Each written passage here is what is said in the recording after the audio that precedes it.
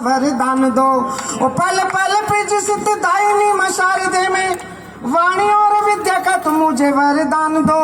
और गीत लिखो मान सम्मान स्वाभिमान के हो, देश अभिमान के हो, ऐसा वरदान दो। गीत लिखो मान सम्मान स्वाभिमान के हो। चार पंक्तियां और माँ के चरणों में पढ़ रहा हूँ। चौथी पंक्ति पर मंच का और सदन का एक साथ आशीर्वाद चाहता हूँ कि हाथ में उठाई है कलम माता शारदे तो सौगंध तुम्हारी है कि फर्ज भी निभाएंगे। प्रेयसी के रूप पे हम कोई गीत ना लिखेंगे, लेकिन पीड़ितों के कंदनों को हम गाएंगे। और राज करने वाले राज करे सत्ताधीश यहाँ, हर मौसम में उन्हें हम दर्पण दिखाएंगे। और चोलियों पे गीत लिखे फिल्म वाले गीतकार, हम तो मातृभूमि के सम्मान गीत गाएंगे। चोलियों पे गीत लिखे फिल्म वाले, थोड़ा सा तालियों का घनत्व और बढ़ाना। मैं चार पंक्तियां अयोध्या की पढ़ रहा हूँ, माँ अयोध्या के गोद में पढ़ रहा हूँ, और मुझे लगना चाहिए कि मैं जिनके लिए पढ़ रहा हूँ उन तक आपकी तालियां पहुंचे। कि तात ने दिया वचन खुद को किया हवन, मात्र पितृ भक्त श्री राम को प्रणाम है। उस शबरी के झूठे बेर अहिल्या को मिली खैर, ऐसे भक्त और भगवान को प्रणाम है। और जहाँ जन्म लिया भगवान श्री राम जी ने, ऐसे पावन पुण्य धाम को प्रणाम है। और जन्मभूमि खातिर तन मन प्राण त्याग दिए, कार सेवकों के बलिदान को प्रणाम है। जन्मभूमि खातिर तन मन प्राण त्याग दिए, कार सेवकों के बलिदान को प्रणाम है।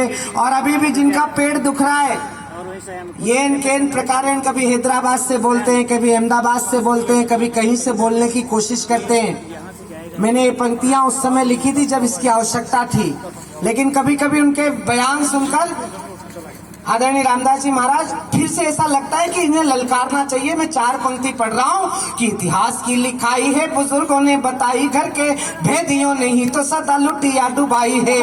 और दुश्मनों की हिम्मत न आंख मिला पाई कभी, इन आस्ती के सांपों ने ही साजिशें रचाई है।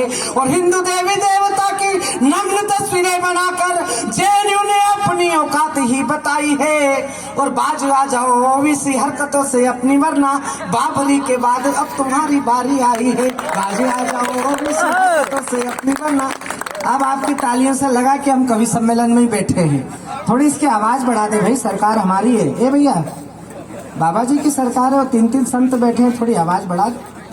क्यों डर रहे हो तुम? बस बस बस बस बस बस। कि दुनिया को परिवार मान कर जिए सदा, मेल जोल से ही नया मेल मिल गया है।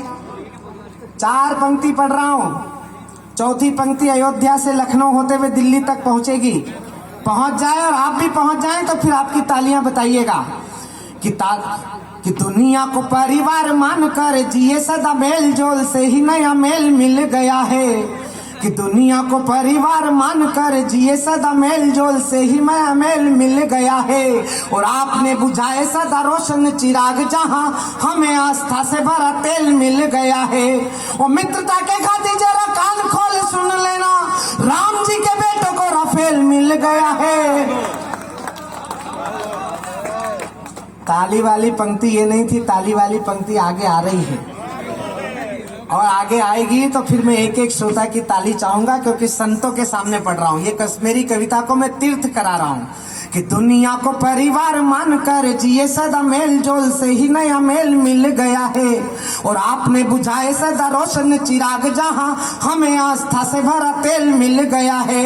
और मित्रता के खातिर जरा कान खोल सुन लेना, राम जी के बेटों को राफेल मिल गया है। और देश शक्ति से चलेगा, जैसे को तैसा मिलेगा, मेरी दिल्ली को नया पटेल मिल गया है। देश शक्ति से चलेगा, जैसे को तैसा मिलेगा।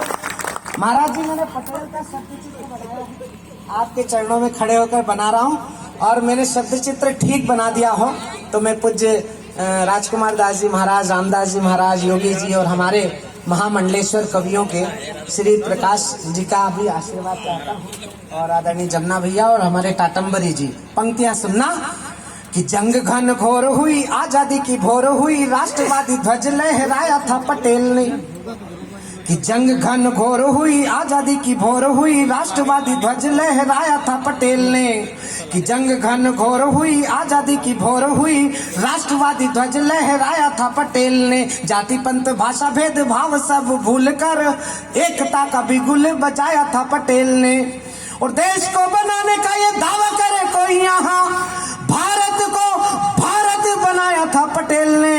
और कुछ उन्मादी आनाकानी करने लगे तो कान को मरोड़ समझाया था पटेल ने। कुछ उन्मादी आनाकानी करने लगे तो। आइए, आपका मन बन गया। मैं जल्दी जल्दी कवियों को सुनवाना चाहता हूँ, क्योंकि 2-3 कवियों को हमारे पूज्य संत सुनेंगे। मैं पहले नंबर पर तय नहीं कर पा रहा हूँ कि किसे बुलाऊं, लेकिन मेरी दृष्टि जिस नौजवान कवि पे जाकर टिक रही है, जिसने संयोजक मंडल में सर्वाधिक मेहनत की है इस कार्यक्रम को संजोने के लिए, मैं चाहता हूं कि उसकी एक कविता पूज्य संतों के चरणों में होनी चाहिए।